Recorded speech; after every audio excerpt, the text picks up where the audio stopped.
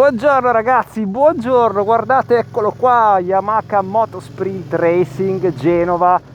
Dopo la prova con loro della Tracer 9 GT Plus, oggi siamo sulla Tracer 7 e allora evidentemente non si sono troppo risentiti, o forse non hanno visto la recensione della Tracer 7 perché non sono stato molto delicato. Ma in realtà io, come sapete, vi dico le cose come stanno. E allora ci siamo sentiti, abbiamo deciso di proseguire e oggi sono su questa moto che è altro target, ma ha le sue carte, non avrà le sue carte, lo scopriremo in questo test. Innanzitutto vi vorrei presentare, per chi non ha mai visto le mie prove, io sono Angi e se vedete sul mio canale ci sono tante prove di tante moto diverse.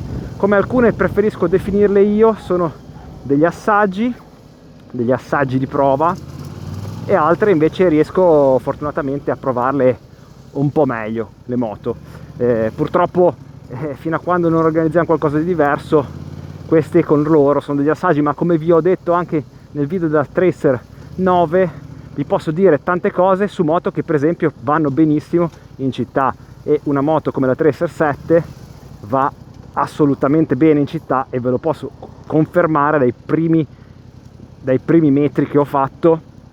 Si capisce subito che è una moto perfetta per l'utilizzo in città. Ha il motore, il CP2, che lo conosciamo già perché l'abbiamo portata già sul canale, una Tenere 700 di mio cugino, che saluto, ciao. Qua è in un'altra salsa, ma è un bello il rumorino che ha questo motore, mi è sempre piaciuto. Vi parlo esattamente come per la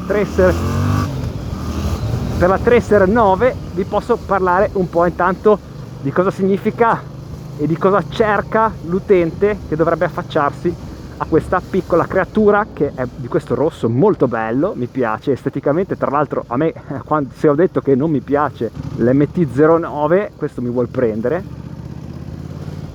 Se ho detto che non mi piace l'MT-09, invece questa la trovo molto più carina, in considerazione anche che il prezzo di questa moto è decisamente più basso, perché siamo sotto i 10.000 euro. Le sensazioni che si hanno a salire su questa moto sono sicuramente di una moto veramente tanto agile, di sicuramente almeno 2 taglie più piccola rispetto alla moto che sono abituato a usare tutti i giorni. Qua non ci sono controlli, il comando è a cavo e si sente, si vede anche il gioco che ha nella parte iniziale. Un sacco di cose che comunque in città si possono capire, così come si può chiaramente capire. Parlo piano perché mi sento un po' scemo, perché la gente dirà cosa sta facendo sto qua.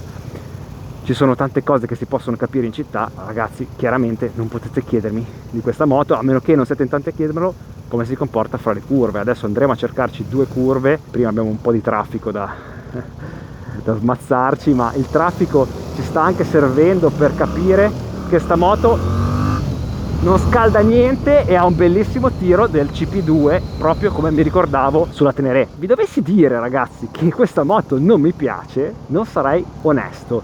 E provando tante moto, e oggi faremo lo stesso percorso che abbiamo fatto la volta scorsa, tranne una variante, ce la teniamo un po' di più e andremo a provare proprio su 2 curve. Provando tante moto si impara ad apprezzare anche qualcosa che non si credeva che si sarebbe apprezzato, cioè una moto tecnicamente entry level, perché questa è l'entry level della gamma. Per l'utilizzo cittadino posso dirvi già che è perfetta, veramente perfetta. Adesso se andiamo a fare questo pezzettino di strada molto tortuosa, guardate quanto è maneggevole, guardate come si guida bene, guardate,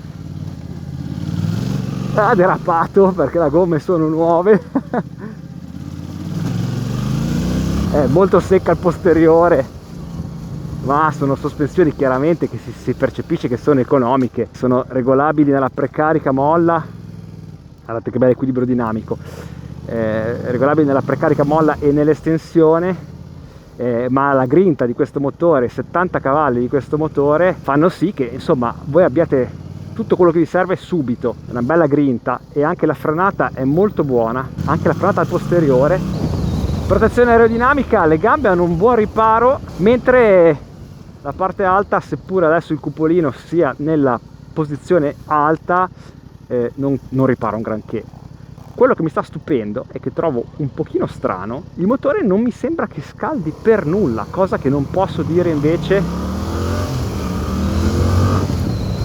che sentivo sulla Tenere. La Tenere me la ricordo che scaldava parecchio, questa invece non mi sembra che scaldi particolarmente, sento soltanto in zona caviglia, in zona in realtà anzi metà stinco destro, un pochino di aria calda ma nulla di eclatante. La Forcella e il mono hanno chiaramente meno escursione rispetto alla Tenere, il Tenere non c'entra nulla con la Tenere, però stavo parlando del motore che è lo stesso che condivide con la Tenere. Abbiamo circa 120 mm di escursione, il cambio è abbastanza secco negli innesti, ecco il cambio, devo dirvi che preferisco il motore, il CP3 come cambio, questo qua è un po' più secco ma non è un brutto cambio, non fraintendete, la ciclistica è totalmente improntata all'agilità, una moto del genere per un neofita la vedo, se voi mi state chiedendo un paragone con Triumph, devo dire che a me questo motore piace veramente tanto e lo trovo forse anche più gratificante, ecco. Temperatura siamo sempre abbondantemente freschi e guardate una moto stretta come passate in mezzo alle macchine. Queste protezioni credo che siano optional perché mi darebbero un po' fastidio, ma sono direi optional. La frizione è abbastanza dura, ho sentito frizioni più morbide, la sella è comodissima, veramente ha la sella che probabilmente dovrebbe avere la Tracer 9. La Tracer 7 deriva strettamente dalla MT-07 e viene proposta in 3 colorazioni: rossa, come vedete nella mia prova, Midnight Black e Icon Performance. Per tutte e 3 le versioni il prezzo è di 9.200 euro.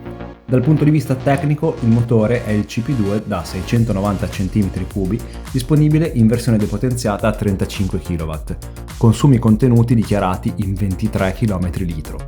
Gommatura assolutamente stradale, 120-70 e 180-55, escursioni da 130 e 142 mm al posteriore su forcella tradizionale con precarica ed estensione regolabile solo su uno stelo. Una moto essenziale improntata all'agilità, disco doppio all'anteriore da 298 mm, l'altezza della sella è 83,5 cm e 197 kg con 17 litri di benzina compresi. I punti a favore di questa piccola di Yamaha sono sicuramente la facilità di guida, le buone doti di viaggiatrice, almeno per il weekend, con le borse laterali semirigide che non permettono grandi capacità di carico, cosa che invece può garantirne il bauletto. La protezione aerodinamica, specie nelle spalle e la zona alta del casco, è solo discreta. Il passeggero è bene accolto, con pedane posizionate in posizione non troppo raccolta in relazione alle dimensioni della moto. Aree di miglioramento? Sicuramente Yamaha potrebbe aggiornare i CP2 al ride-by-wire, garantendone una più fine gestione del gas e dotarla di sospensioni migliori, almeno al posteriore. Una suite un po' più moderna la farebbe sentire più a suo agio nel 2024. Tuttavia proprio la brillantezza della moto, sempre in relazione al suo prezzo e la sua estetica tutt'altro che banale, la rendono una moto assolutamente appetibile tra le scelte di moto sotto i 10.000 euro e con ruote da 17 pollici.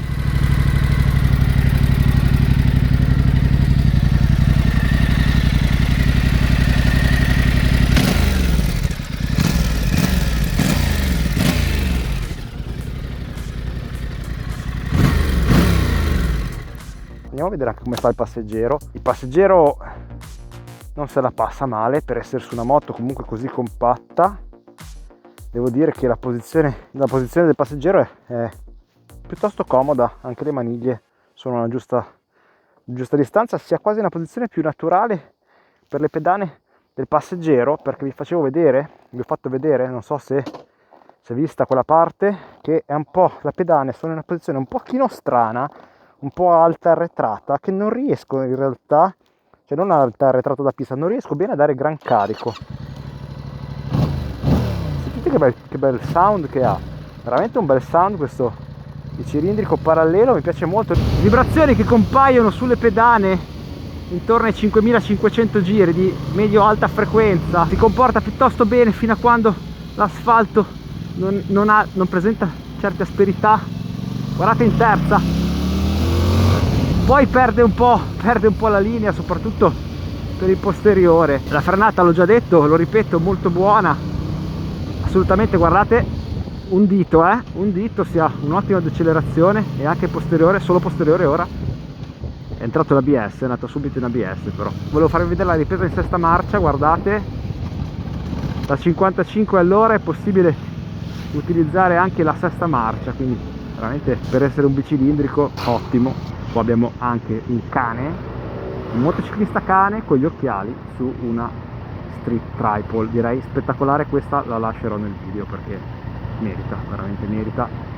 Questo compaesano mio genovese, veramente un grande. Se avesse qualche accortezza in più, come appunto, ma infatti vi ripeto, è per questo che a me la Tenere 700 è piaciuta tanto.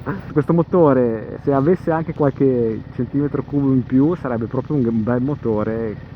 Devo dirvi che forse lo preferisco anche a quello dei cugini austriaci, sebbene questo abbia pochi cavalli rispetto chiaramente a quelli da 90-95 cavalli almeno.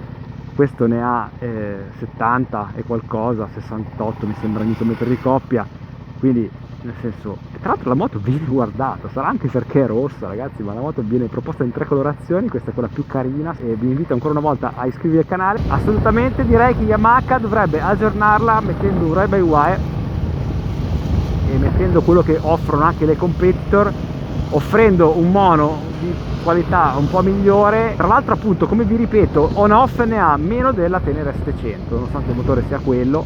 Lo so, mi sta girando una domanda che magari, se avete appena visto il video della Tracer 9 GT Plus o Plus, mi starete chiedendo, ma paragonandola pensando anche ai prezzi, perché comunque abbiamo quasi il doppio di prezzo e questa costa quasi la metà, e pensando anche all'utilizzo che uno ne farebbe di questa piuttosto che di quell'altra, Angi, ti è piaciuta di più la Tracer 7 o la Tracer 9? Mi è piaciuta di più la Tracer 7 e vi spiego, guardate che figata la nave, che sembra che stia arrivando su Corsa Italia qua a Genova. Mi è piaciuta di più questa moto per un po' queste caratteristiche che le danno quel brio, quella...